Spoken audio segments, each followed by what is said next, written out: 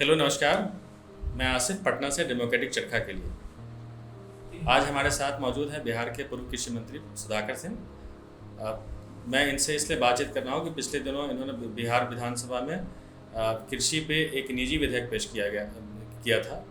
पिछले बिहार विधानसभा के इतिहास में 44 साल बाद ये कोई निजी विधेयक पेश किया गया है। तो आइए इनसे हम विस्तार से जाने इस विधेयक के बारे में।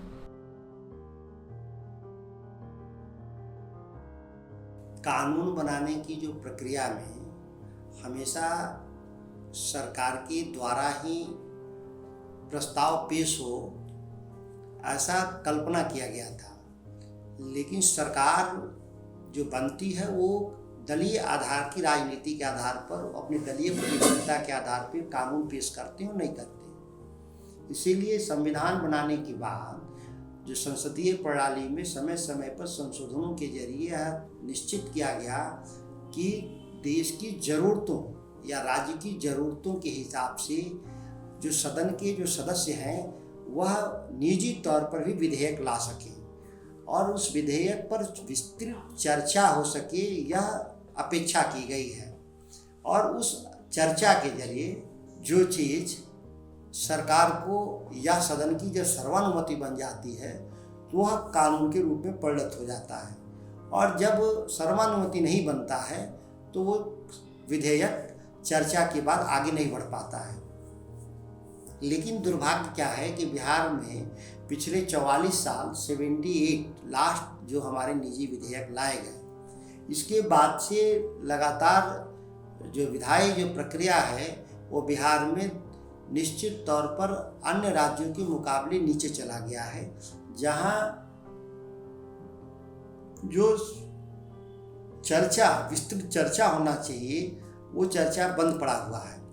तो देखिए, इस बार का पिछले सत्र में मैंने निजी विधेयक लाया था, कृषि उपज एवं पशुधन मंडी कानून, लेकिन जो सभा सचिवालय के द्वारा मुझे सूचित किया गया कि सत्र का समयावधि कम होने के चलते इसको पेश नहीं किया जा सकता।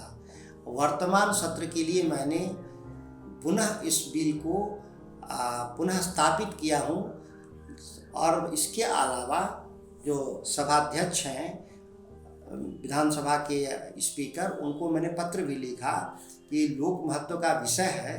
वर्तमान सत्र में बजट सत्र लंबा होता है और हर शुक्रवार नियमावली के हिसाब से, कार्य संचालन नियमावली के हिसाब से निर्धारित होता है निजी विधेयकों के लिए, उसमें कोई एक शुक्रवार इसको दिया जाए। लेकिन अभी तक कोई सार्थक जवाब सदन की तरफ से या सरकार की तरफ से मेरे पास नहीं आया है। जो ही इस पर आता है आगे चर्चा को हम लोग आगे बढ़ाएंगे। तो सर, उम्मीद है कि इस सेशन में या अगले सेशन में इस पर चर्चा हो।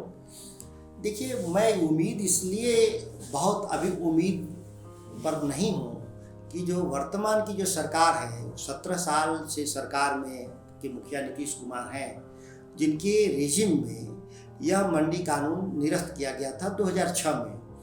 तो एक हिचक है सरकार के स्तर पे कि जिस मंडी कानून को मैंने निरस्त किया था वो मंडी कानून पुनः कैसे हम बहाल करें। यह कह सकते हैं कि गुणदोष के आधार पे यह कानून पे बहस रुका पड़ा हुआ नहीं है।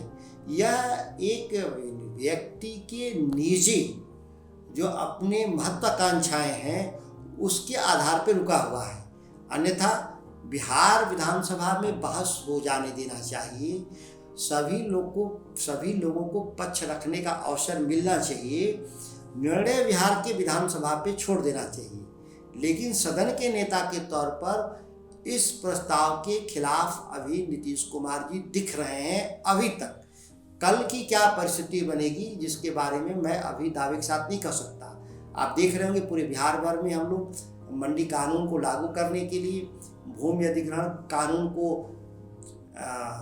एक जनोपयोगी लोकोपयोगी करने के लिए, और धान गेहूं खरीद के लिए जो मल्टी कमोडिटी है उसको मिनिमम सपोर्ट प्राइस पर खरीद के लिए पारदर्शी तरीके से मल्टीपल एजेंसी को लगाने के लिए हम लोगों ने आंदोलन शुरू किया है।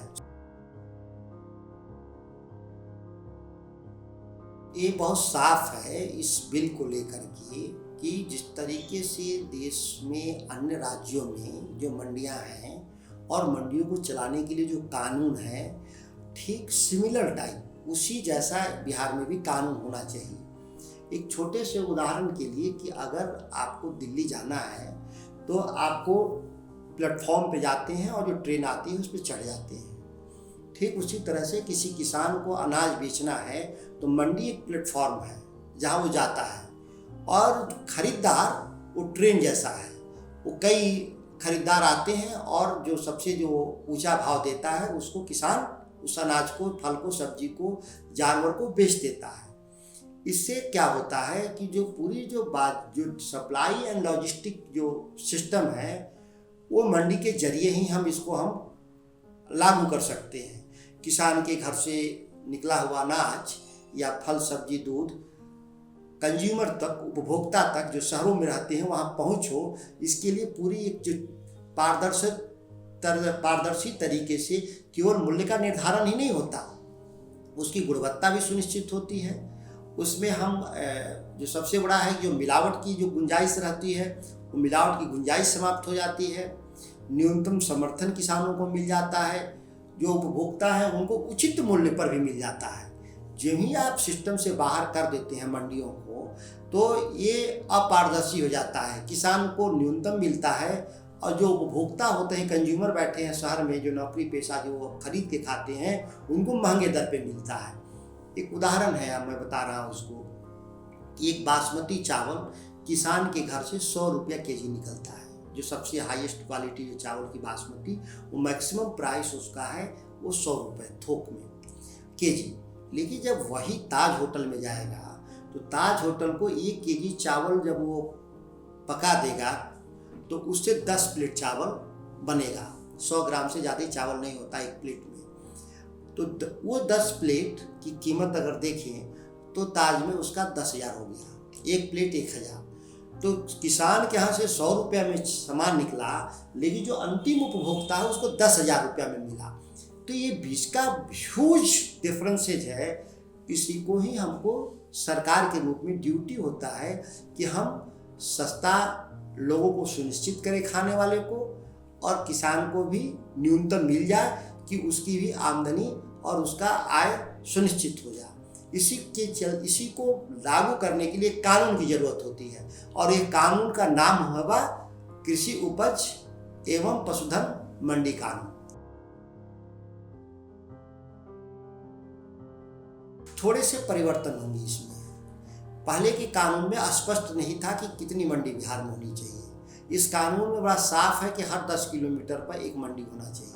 क्योंकि किसान आबादी बढ़ी है, लोग उपभोक्ताओं की भी आबादी बढ़ी है, किसानों की भी संख्या बढ़ी है, उत्पादन भी बढ़ा है। तो इसके लिए हर 10 किलोमीटर पर मंडी होना चाहिए। दूसरा उसके लिए होना चाहिए कि इसमें हम जो टैक्स पहले लेती थी सरकार, इसमें टैक्स का प्रोविजन सरकार चाहे तो रखे और चाहे तो सरकार न रखे। क्योंकि बहुत सारा सरकारें चैरिटी में भी काम करती हैं। हम एजुकेशन देते हैं, हम हेल्थ सपोर्ट करते हैं, हम लॉ एंड ऑर्डर के लिए पुलिस रखते हैं, तो हम इस पर हम पैसा नहीं लेते। तो उसी तरह से किसानों की मंडी बने, उसके लिए सरकार चाहे तो टैक्स लेते थे पहले लोग, अब चाहे तो टैक्स सरकार ना ले, स्टेट एक्सचेकर खजाने से वह पैसा उसमें उनके मेंटेनेंस को दे सकती है। इसमें हम लोग ऑप्शनल चाहते हैं। और इसके अलावा भी जो है कि मिनिमम सपोर्ट पर से नीचे जो भी धान, गेहूं या कोई चीज़ बिक्री करेगा वो पनिशबल ऑफेंस होगा।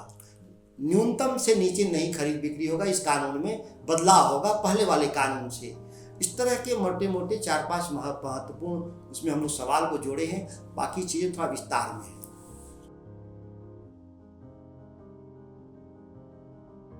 देश में और दुनिया में जब फर्स्ट ग्रीन रिवॉल्यूशन 70 के दशक में हुआ था, उसके बाद कहा गया कि फिर हमारा उत्पादन स्टैग्नेंट कर गया, उत्पादन बढ़ नहीं रहा देश में, जबकि हमारी आबादी जो बढ़ रही है तो मांग बढ़ रहा है। तो स्वामीनाथन कमीशन एक रिपोर्ट कमेटी गठित की गई, कमीशन गठित किया गया कि किसानों को किस तरीके से खेती को आकर्षक बनाया जाए, खेती बाड़ी को किस तरह से आकर्षक और मुनाफे वाली बनाई जाए, जिससे लोगों का उत्पादन बढ़े और हमारी विदेशी निर्भरता समाप्त हो। केवल अनाज, मोटे अनाजों में मेरी विदेशी निर्भरता खत्म हुई है। इसके अलावा जो हमारे पास जो तिलहन है, दलहन है या सब्जी है, फल है, अभी भी बहुत सारे मामलों में हम विदेशी निर्भरता पर निर्भर हैं। उस रिपोर्ट में 2 बातें बड़ी साफ कही गई कि मंडियों का जो विस्तार होना चाहिए। जितनी मंडी है इससे काम नहीं चलेगा, हमको करीब 12 या 13 हज़ार मंडी देश में है, इसको 45,000 मंडी करना होगा। दूसरा उनका था कि जो हमारी उत्पादन की जो लागत है न्यूनतम उसके 1.5 गुना मूल्य पर बिकना चाहिए, न्यूनतम। ये 2 बातें बड़ी साफ उसमें लिखी हुई थी। और तीसरा था कि ये अगर न्यूनतम से नीचे जाएगा तो सरकार भरपाई करे या फिर जो खरीद बेच को रोक दे। तो ये उसमें था। इसी लेकर के जो तमाम जो देश के राजनीतिक दल हो या किसान संगठन हो इस बात को लड़ाई लड़ रहे हैं। लेकिन आप देखे होंगे बीच में नरेंद्र मोदी की सरकार जब बनी तो 2020 में जो पुरानी जो मंडियां हमारी थी, जिसको हम लोग बोलते थे अपर्याप्त थी, मतलब ढीला ढाला थी, उसको कसने की ज़रूरत थी, उसको विस्तार करने की ज़रूरत थी, उन मंडियों को समाप्त करने का निर्णय लिया। तो देश के किसानों ने जो 5 लाख लोग दिल्ली में बैठे रहे, 750 लोगों ने जो शहादत दिया, तो कानून तो वापस हो गए। लेकिन जो बड़ी जो हमारी मांग थी आज भी वह पूरी नहीं हुई और आज तक उस पर भारत की सरकार आश्वासन देने के बाद भी आगे नहीं बढ़ रही है।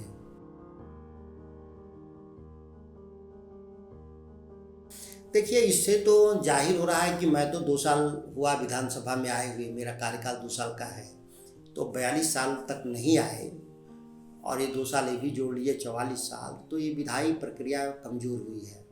विधायिका की जो सर्वोच्चता का जो सिद्धांत है वो सिद्धांत विखंडित हो रहा है।